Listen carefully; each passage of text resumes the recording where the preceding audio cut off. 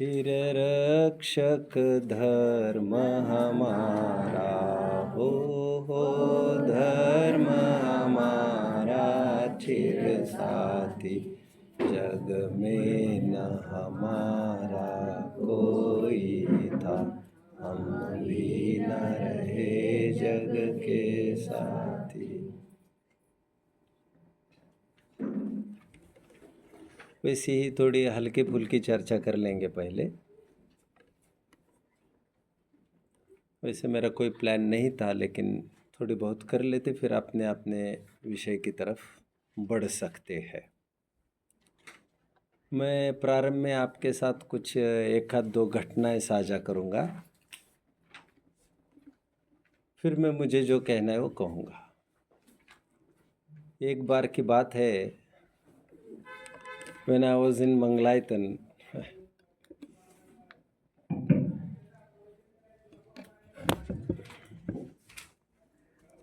एक बार की बात है जब मैं मंगलायतन में था और रोज के शेड्यूल के अनुरूप मेरी रात की क्लास पूरी हुई और हम सभी विद्यार्थी 20 जन मिल के वैसे ही we were standing on our foots and हम तत्व चर्चा कर रहे थे आपस में। अचानक एक श्राविका वहाँ पर आई जो हमारे परिचय की नहीं थी, और वो अचानक ये कहने लग गई कि देखो ना मेरे जीवन में कितना संकट आया है, कितना अन्याय हो रहा है मेरे साथ। उन्होंने अपने अन्याय का जिक्र भी थोड़ा सा कर लिया, जो अभी कहना कोई मतलब की बात नहीं हो। मेरे ऊपर इतना संकट आया है, इतनी समस्या से मैं गुजर रही हूँ। अपना धर्म या धर्मात्मा या साधर्मी लोग किस काम के हैं? एक जन भी मेरी रक्षा के लिए नहीं आ रहा है। Everything is going unjust. न्याय रहा नहीं है, सत्य का कुछ अस्तित्व रहा नहीं है, ईमानदारी की कोई कीमत रही नहीं है, और मेरी सहायता कोई कर ही नहीं रहा है। करना चाहिए ना, किसी न किसी को कुछ करना चाहिए ना मेरे लिए। और बहुत रुदन कर रही थी, अपना पीड़ा व्यक्त कर रही थी। अब ये सुनकर स्वाभाविक रूप से एक आम आदमी को थोड़ा सा दिल पसीज जाता है, करुणार्द्र हो जाता है और लग जाता है क्या हुआ बहन, कैसे हुआ बहन, मैं कोशिश करूँगा, मैं समझूंगा, आदि आदि आदि आदि की दिशा में गाड़ी को ले जाता है, जिससे उसे थोड़ा टेम्पररी रिलीफ जैसा मालूम पड़ता है। कितने जन मुझे फॉलो कर रहे हैं? बट उसके लिए इतना सरप्राइजिंग और शॉकिंग रहा होगा मेरा उत्तर। मैंने लगे हाथ उस श्राविका बहन से ये कहा, ये भ्रांत धारणा है आपकी कि संकट आपका है और दूसरा कोई आपकी रक्षा के लिए आ जाए। आपकी अपेक्षा आपके लिए दुखदाई है। ये एक बात मैं और थोड़ा कंटिन्यू करूंगा इसे, उससे पहले वन मोर थिंग। एक बार एक बहन का फिर फोन आया मुझे। वो बहन जनरली कभी मुझे फ़ोन करती नहीं है, ब्रह्मचारी बहन है, सात्विक वृत्ति की है, अच्छा ब्रह्मचर्य है, स्वाध्याय में अपना जीवन लगा रही है। अचानक बोली कि भैया कुछ आपके पढ़ने में कुछ साहित्य वगैरह ऐसा आया है जिसमें आयुर्वेद का विशेष ज्ञान हो। हमारे यहाँ चरक सूत्र है, हमारे यहाँ कल्याण कारकम आदि ग्रंथ है जिसमें थोड़ी बहुत आयुर्वेद की चर्चा है। तो मैंने कहा क्या समस्या है, आप बोलिए। तो उन्होंने कहा नहीं, कैंसर पर क्या इलाज हो सकता है। मैंने कहा प्रॉब्लम बोलिए आपका। तो फिर उन्होंने खूब पीड़ा व्यक्त करना चालू की, नहीं समाज में तो कोई ऐसा होना ही चाहिए, होना ही चाहिए, एक्सपर्ट। जिसे जो हम बीमारी कहे उसका इलाज उसको आना चाहिए। हमारी समाज क्यों इतनी पिछड़ी है, क्यों आगे नहीं बढ़ पा रहे, क्यों आगे नहीं बढ़ रहे? और उसकी पीड़ा का बेस कम्स फ्रॉम उस गहराई से आता है जिस गहराई में अभक्षता का कोई चांस नहीं है। क्योंकि कुछ लोग अपनी जान दे देते हैं लेकिन अभक्ष दवाइयों का सेवन तो नहीं करते। जैसे सदा सुखदास जी रत्नकरण शावकाचार्य की वचनिका लिखते समय ऐसा फरमाते हैं, अपने 6 माह के मरने की कीमत पर भी उसको अतार की दवा तो नहीं खिलाना चाहिए। सदा सुखदास जी वहीं पर कहते हैं, शरीर के सहस्त्र खंड होने पर भी जैनी तो अभक्ष भक्षण नहीं करता। वहीं पर सदा सुखदास जी फिर कहते हैं, एक medical shop is equivalent to 100 slaughter houses. कितने जन मुझे समझ रहे हैं? 100 कत्तल खानों बराबर एक मेडिकल शॉप होता है। I am talking in terms of हिंसा। आप समझ रहे होंगे मेरी बात। ऐसी काफी चर्चा है वहां पर चल रही है। तो आज भी कुछ लोग शक्ति प्रमाण इसका पालन करते हैं, मरने की कीमत पर भी डटे रहते हैं। उनके अंदर की गूंज ये कहती है, मेरी हिम्मत देखो। खैर वो बहन मुझे ये कह रही थी बार बार, क्यों नहीं बनता, क्यों नहीं डॉक्टर बनता कोई, भैया कोई ना कोई तो होना चाहिए, क्यों नहीं?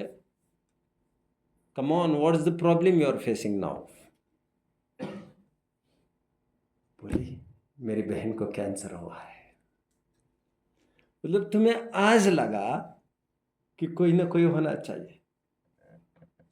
अच्छा तू ये बता, मेरे कैंसर के लिए तू डॉक्टर होने के लिए तैयार है ना? और तुम्हारे कैंसर के लिए सबको डॉक्टर होना चाहिए। अजीब हो तुम भी। मतलब तुम चाहते हो तुम्हारे संकट में दुनिया खड़ी रहे और कोई सपोर्टिव ना रहे तो सब पत्थर दिल के हो गए, धर्म से भ्रष्ट हो गए सभी। और दूसरों के संकट में तुम्हें अपना अपना काम करना है।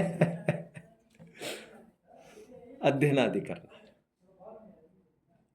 अब मैं 2 घटनाएं बताकर मैं अभी निष्कर्ष की मेरी कुछ बात कहना चाहता हूं। दोनों घटनाएं कितने जन समझ रहे हैं?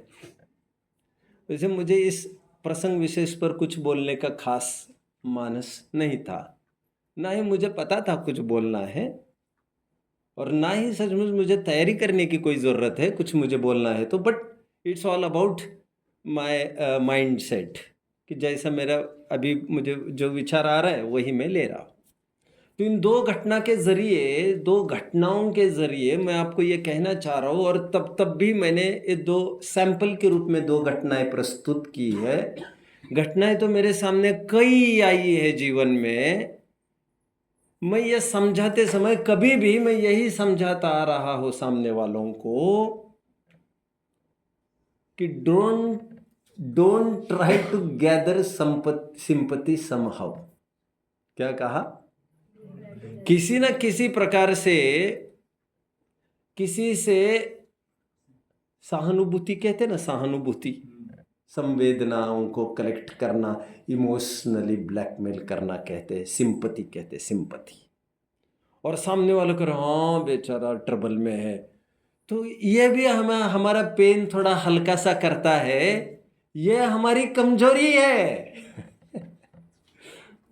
नहीं, कोई ना कोई बोलने वाला चाहिए ना, ऐसा फिर शेयरिंग होता है तो थोड़ा दुख दर्द कम होता है। ये जो तुम्हारी धारणा है, ये धारणा दुखदाई है। तुम्हें तुम्हारा दुख शेयर करने की जरूरत पड़ती है, ये तुम्हारी कमजोरी है, बहुत बड़ी कमजोरी है। तुम मुखरित हो पड़े, ये तुम्हारी अंदर की मजबूती के अभाव को दिखाती है। और वस्तु स्वरूप विचारो, मैंने दोनों को कहा था, कोई हमारी रक्षा करे, सुरक्षा करे, ऐसी कोई व्यवस्था वस्तु स्वरूप में नहीं है। अभी और एक प्रसंग, एक श्राविका थी और एज में भी अराउंड 60।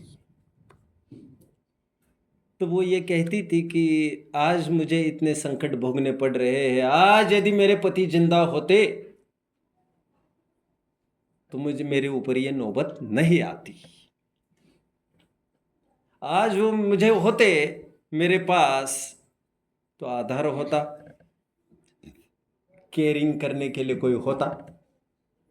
इतनी बीमारी में भी आज देखो मुझे कोई नहीं पूछ रहा है, कोई ना कोई तो अपना चाहिए सगा।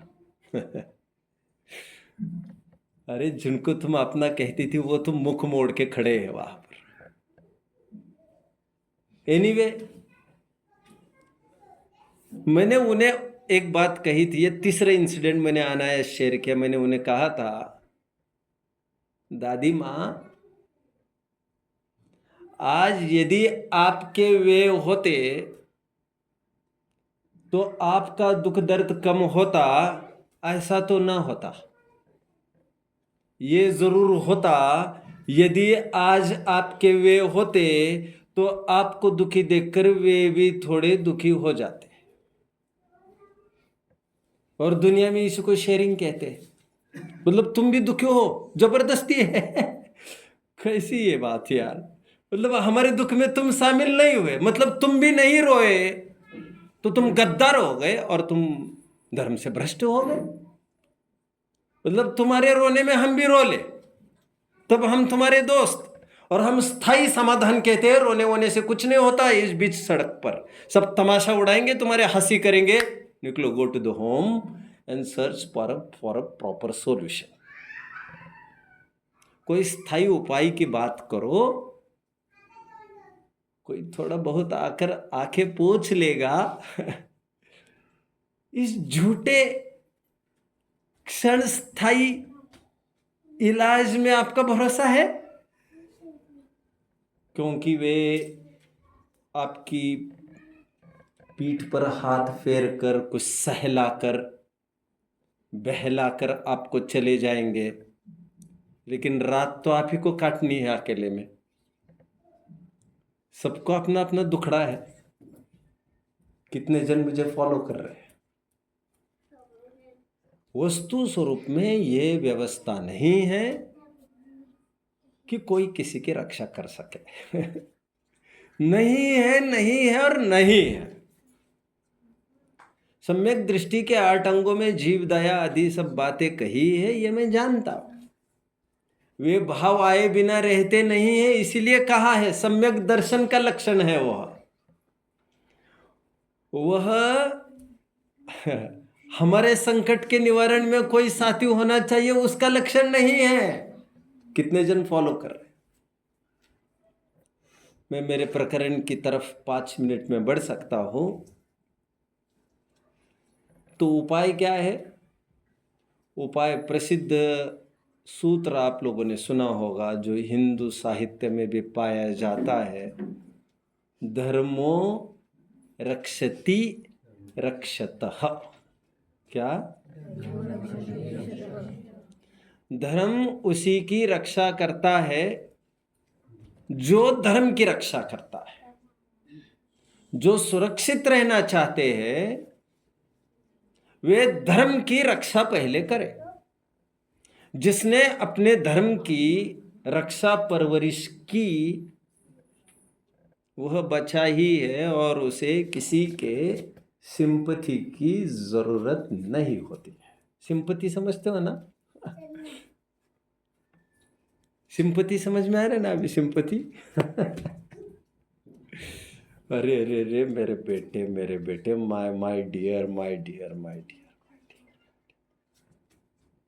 और एकदम बड़ बड़ बड़ रोने लगता है सामने वाला।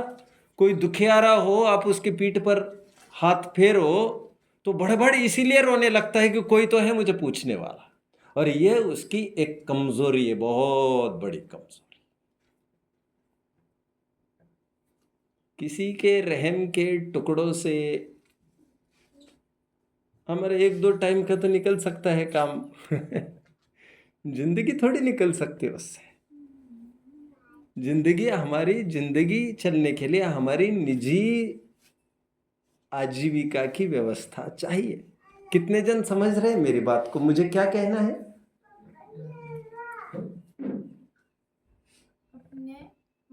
मतलब सॉल्यूशन सेंटर हमारा बाहर नहीं होता है, कोई समाधान हमारा बाहर नहीं होता है। दो प्रेम के शब्द बोलो, इसका मोहताज कमजोर लोग होते हैं, जो कच्चे दिल के होते हैं, और स्थायी सुख की मांग जिनको अंदर से पैदा हुई नहीं है। जिन्हें स्थायी सुख की मांग पैदा हुई है, वे अंदर में अपना अपना सॉल्यूशन सेंटर ढूंढ लेते हैं। संकट पड़े पर कभी इसके पास, कभी इसके पास, कभी उसके पास, अपना दुखड़ा 10 जगह रोते नहीं फिरते हैं, क्योंकि ये कमजोरी का प्रतीक है बेशक। एनीवे, और दुख दर्द की सबकी अपनी परिभाषाएं हैं। आपको याद आ रहा होगा, भरत जी जब दिग्विजय को निकले थे तो वे भी तो रो रहे थे। याद आ रहा है ना? तो राजमाता नंदिनी ने उन्हें पूछा था कि what's wrong my dear son, क्या बात है? चक्रवर्ती कभी रो सकता है क्या? क्या बात है भाई, क्या बात है? दिग्विजय के लिए जा रहे हैं, ये अपशगुन क्यों? अभी चक्र प्रकट हो गया है, अभी कोई प्रॉब्लम्स आने वाली नहीं है। अभी थोड़े से मजबूत दिल से निकल लो, हस्तगत कर लो 6 खंड को, तुम तो एडवांस में ही तुम्हें राज्य पद की एक पहले ही एक टोकन आ गया है। सुदर्शन चक्र पहले ही आ जाता है ना उनके आयुधशाला में। सुदर्शन चक्र चिल्ला चिल्ला कर ये कहता है कि ये होने वाले हैं राजा। तो भरत जी ने क्या कहा था? नंदा ने पूछा कि क्यों रो रहे हो भरत जी? मैं ये कह रहा हूं सबका दुखड़ा अपना अपने स्टाइल का है। और भरत जी ये कह रहे ना ना, मुझे किसी से डर लगता है, ऐसा मैंने कहा ही नहीं। मैं तो ये सोच रहा हूं कि मेरे पिताजी को, गृहस्थ अवस्था के मेरे पिताजी को, आदिनाथ को केवल ज्ञान की प्राप्ति हुई है और मुझे अभी हजारों वर्ष के लिए बाहर जाना पड़ेगा। मतलब उपदेश यहाँ चलता रहेगा। मेरी कितनी ही प्रजा, कितनी बड़ी संख्या मेरे प्रजाजन की, लाखों जन तो प्रवचन सुनेंगे और मुझे बाहर जाना है। ऐसे दुर्दिन मेरे ऊपर आए। वही कहानियां मैं याद करूंगा आज फिर से दोनों, जिसके डायलॉग्स कई बार मैंने यहां पर आपके सामने पढ़े हैं। इतने भाग्यशाली हो बेटा और फिर भी रो रहे हो। मां चाहे जो कुछ कहो, भाग्यशाली तो ना कहो। मेरी ऐसी स्थिति है कि मैं प्रवचनों का भी लाभ नहीं ले पा रहा हूं। आज दिव्य ध्वनि किरणा चालू हुई है, केवल ज्ञान हुआ और मुझे जाना पड़ रहा है। मेरे नौकर चाकर लाभ लेंगे और मुझे जाना पड़ रहा है। चक्रवर्तीत्व, मां चक्रवर्तीत्व भरत का गौरव नहीं, मजबूरी है, मजबूरी। सबको अपना अपना रोना है। उनको तो संकट दिख रहा है, वो बचना चाह रहे, तुम उनके लिए ललचाए हो, इसलिए तुम रो रहे हो। एनीवे, इसमें कोई शक की कोई गुंजाइश नहीं है कि यहां पर बैठे हुए सभी जन दुखी है। सभी जन दुखी है। बाहर वाले भी दुखी है, लेकिन अंदर वाले दुख से बचने का कुछ उद्यम करना चाहते हैं। अंदर बैठने का इतना सा ही प्रमाण है। अंदर में बैठने का अर्थ ये थोड़ी हो गए कि सुखी हो गए, और बाहर रहने का भी अर्थ ये नहीं हो गया कि वे सुखी हो गए। उपाय तो कर रहे हैं वे, टोडरमल जी की भाषा में,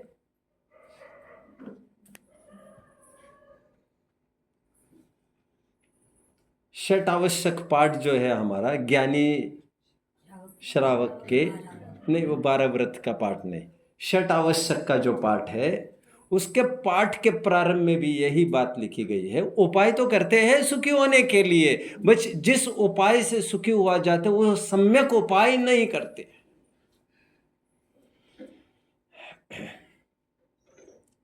मैं ये कह रहा था कि यहाँ के बैठे वाले जितने भी जीव है ऊपर से लेकर नीचे तक वे सब दुखी है। अच्छा, विद्वान तो सुखी होते होंगे, सुखी होने की बातें करते हैं। जैसे कोई सुखी होने की बातें सुन रहे हैं वैसे सुखी होने की बातें कर रहे हैं। मैं ये नहीं कह रहा हूं कि चौथा गुणस्थान हो गए तो कुछ भी सुख हुआ ही नहीं, बट अभी वो बात कहाँ है? अभी छठवें गुणस्थानवर्ती मुनिराज भी ये कहते पाए जा रहे हैं कि मेरी पर्याय कलुषित हो गई है, कलमाशित हो गई है। मेरा स्वभाव तो ऐसा नहीं था, मैं तो अच्छी बिरादरी का हूं, अच्छे घर कुल का हूं मैं। वो है ना, तेरी वही जात है जो खुदा की जात है, तेरी वही औकात है जो खुदा की औकात है, ये बंदे तू क्यों भूल गया, तेरी वही बात है जो खुदा की बात है। एक शायरी आती है ऐसी। सबका दुख अपने अपने स्तर का है, छठे गुणस्थान में अपने स्तर का दुख है उनको, लेकिन उपायरत सभी जन उसी सुखी होने के लिए है, और भाग्य से सुखी होने के अनेक उपाय नहीं। मिथ्यात्व से जिसे सम्यक्त्व में आना है, सम्यक्त्व से जिसे देशव्रती होना है, जिसे देशव्रत से जिसे महाव्रत में आना है, सकल चारित्रवंत होना है, उपाय एक ही है, एक ही उपाय है। उसी उपाय को उग्रता से करने की बात होती है, उत्तरोत्तर उग्रता बस बढ़ती है, उपायांतर नहीं होता। न खलु यस्मात् अन्यथा साध्य सिद्धि ही। आत्मख्याति जो पढ़ते हैं वे इस बात को जानते होंगे। 16वां 17वां 18वां 19वां कलश आत्मख्याति का इसकी गवाही देता है। तो निष्कर्ष की लाइन इतनी सी ही कि हम सब दुखी है, और दुखी होना तो कोई नई बात नहीं है, अनादिकाल से होता ही आ रही है, बट मिटाने का एक ही उपाय है, और वह उपाय इज विदिन। क्या कहा? विदिन मतलब वह हमारे अपने में ही है वो उपाय, और वो उपाय है समझ। क्या करना है? समझ। इसलिए मैं कई बार कहता हूं ये सम्यक ज्ञान ही हमारा सच्चा भगवान है।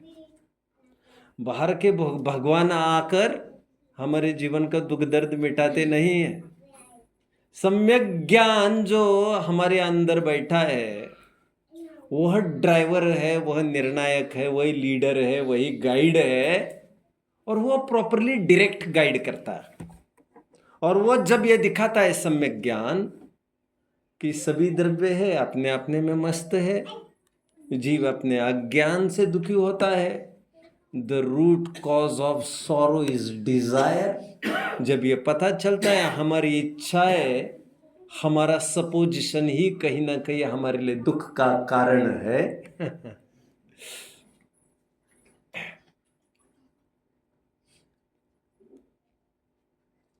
क्यों जी?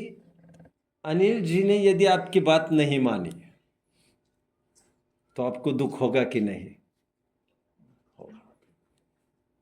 क्यों होगा? कारण सिंपल है। युवराज जी ने आपकी बात नहीं मानी तो आपको दुख हुआ नहीं। इन्होंने आपकी बात नहीं मानी, दुख हुआ नहीं। इन्होंने अपनी बात नहीं मानी तो आप दुखी हो गए। कारण आप ये समझ रहे हो इस पर तो मेरा अधिकार है। और कितने साल के हो भाई? 13 साल से बराबर आप सपोजिशन करते आ रहे हो। लगोर खेलते ना, लगोर, what do you call for that? लगोर ना, कोई लगोर कहते, कोई टीपू कहता है, कोई कुछ कहता है। एक पर एक रखे जा रहे हैं हम। 13 साल से यही धारणा बनाए जा रहे हैं, बेटा तुमसे बहुत अपेक्षा है हमें, बेटा तुमसे बहुत अपेक्षाएं है, बहुत अपेक्षा है। अरे तुम ही कहते जा रहे हो, तुम ही तुम्हारी कब्र खोद रहे हो। और तुम्हें कहने में कुछ भी काहीच वावगं वाटत नाही तुला। तुम्हें कुछ भी बुरा नहीं लग रहा है उसका। बेटा हमें तो बहुत अपेक्षाएं थी तुमसे, बेटा बेटा बहुत अपेक्षाएं थी, लेकिन हमें तो अपेक्षा नहीं थी यार तुमसे कि तुम कोई अपेक्षा रखोगे। एनीवे, सम्यक ज्ञानी होना ही सुरक्षित होने का स्थायी उपाय है। मराठी शब्द बंदोबस्त, स्थायी बंदोबस्त, पुख्ता इंतजाम। हमारे सुरक्षित होने का पुख्ता इंतजाम हमारा सम्यक ज्ञान ही करेगा। सम्यक ज्ञान का तात्पर्य understand. whom to understand? Understand yourself first. Understand yourself, understand each and everybody then. आपको पता है, मैं वैसे ही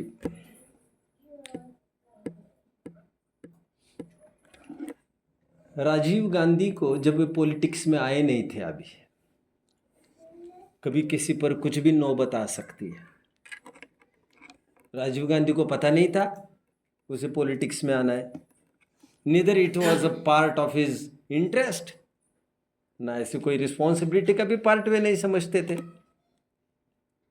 बट इंदिरा गांधी को थोड़ी भनक लग गई थी जाने के टाइम की। एक दिन पहले ही स्पीच में बोल चुकी थी, I think it was in Bihar.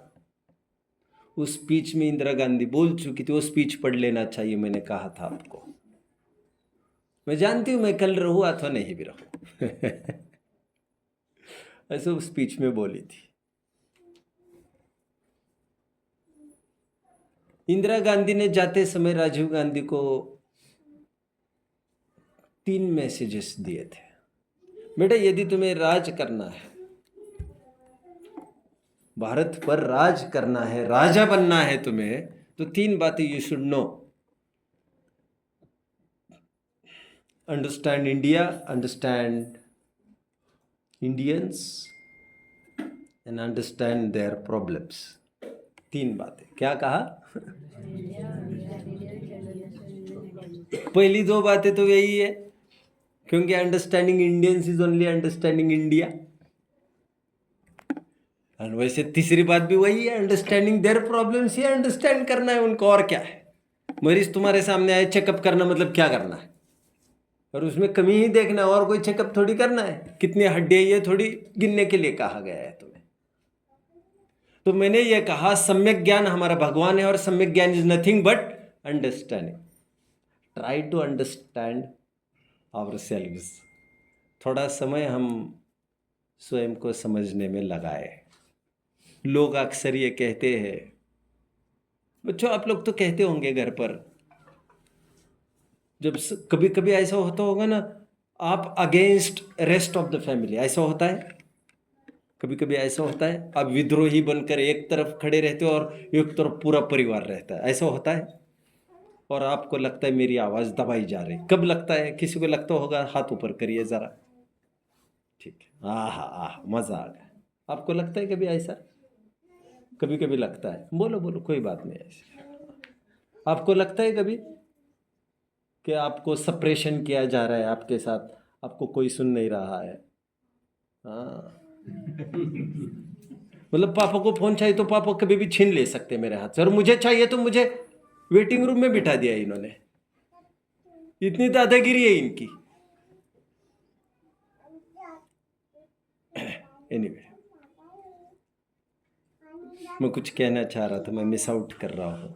हाँ, तब जब हम फील करते हैं कि हमारे ऊपर आतंक हो रहा है, हमारी बात नहीं सुनी जा रही है, हमारे इतना ही अपराध है ना कि हम छोटे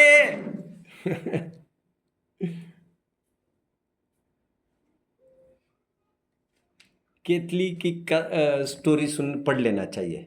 एक गरम केतली, क्या है वो? आप कुछ भी कहो कि लास्ट स्टोरी, आप कुछ भी कहो, रिटन बाय डॉक्टर हुकुमचंद बारगी। छोटे बच्चों को कैसे सब इग्नोर करते हैं, उसका थोड़ा सा रूप।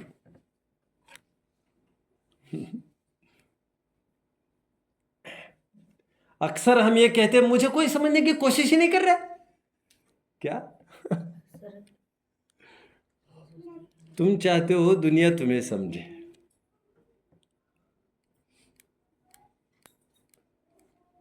अपने को सभी जन समझे, इतनी तुम्हें इतनी अर्ज है अंदर से, तो तुम्हें चाहिए तुम ही समझ लो पहले कि तुम कौन हो, तुम्हारी मूल प्रॉब्लम क्या है। तुम्हारी मूल प्रॉब्लम वह है ही नहीं जो तुम सोच रहे हो। This is the way how we can protect ourselves. ये पद्धति है, हम स्वयं को सुरक्षित कर सकते हैं सम्यक ज्ञान प्रकट करके। अभी तो मेरे विषय में मैं मुश्किल है आ पाऊँ। किसी को कोई प्रश्न होगा तो I will entertain the questioner. किसी को कोई प्रश्न हो तो पूछ सकते हैं। कुछ पूछना है, आपको चांस दिया जा रहा है। Thing is not anyone is oppressing us, the thing is we feel oppressed. अब मैंने कहा कुछ पूछना हो तो पूछे, तो अरे हम कैसे पूछे, हम तो छोटे हैं, अभी तो बड़े पूछेंगे। तुमने तुम्हारा पैरामीटर सेट कर लिया, तुमने तुम्हारा पैरामीटर सेट किया, और फिर आपने दुनिया को अवसर दे दिया आपका पैरामीटर सेट करने का। और सुप्रीम कोर्ट में लगभग वही रिजल्ट्स आते जो हाई कोर्ट ने पास किए होते हैं। दुनिया आपको उतनी ही कीमत देगी जितनी कीमत आप स्वयं को देते। अरे मैं तो कुछ नहीं हूं साहब। अभी सामने वाला मूर्ख है कीमत देने के लिए आपको। अक्सर लोग क्या करते हैं, साहब मैं तो आपके सामने कुछ नहीं हूँ साहब, किंकर हूँ, मैं तो धूल हूँ आपके चरणों की, मैं तो दास हूँ आपका, मैं तो कुछ। इतना डिवैल्यूएशन क्यों आपने?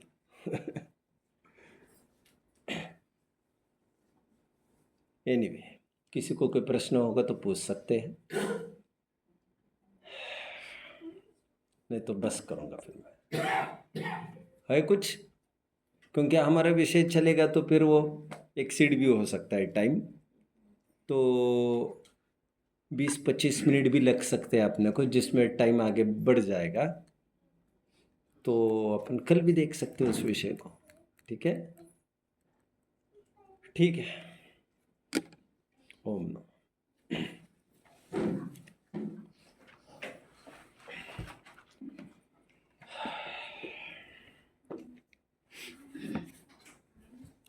सहजानंदी शुद्ध स्वरूपी अविनाशी मैं आत्मस्वरूप। सहजानंदी शुद्ध स्वरूपी अविनाशी मैं आत्मस्वरूप। सहजानंदी शुद्ध स्वरूपी अविनाशी। हाँ, क्यों नहीं, मैं कुछ हो नहीं यहाँ का। अब तो 1 2 3 जितना चले चलते रहे।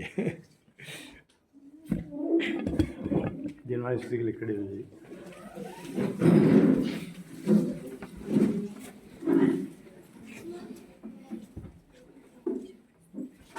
सारे जहां से अच्छा जिन धर्म है हमारा हमारा। सारे जहां से अच्छा जिन धर्म है हमारा हमारा। सारे जहां से अच्छा जिन धर्म है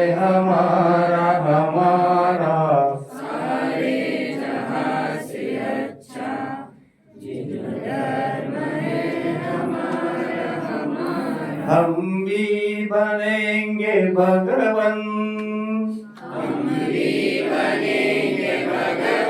संकल्प है हमारा हमारा सारे जहां से अच्छा धर्म है हमारा हमारा सारे जहां से अच्छा। हम आराधक है इसके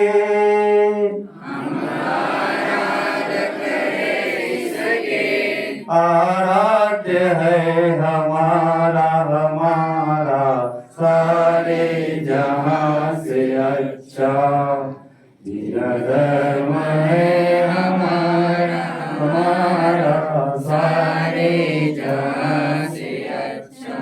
जवानी के ज्ञान दे तुझे लोकालो सोवाणी मस्तकनो सदा काय सर्व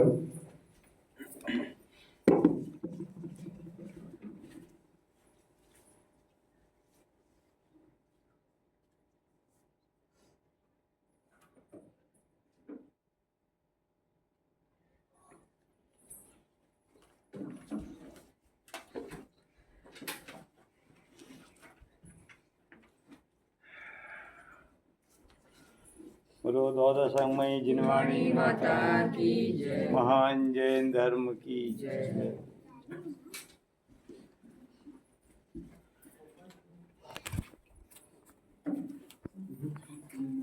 हो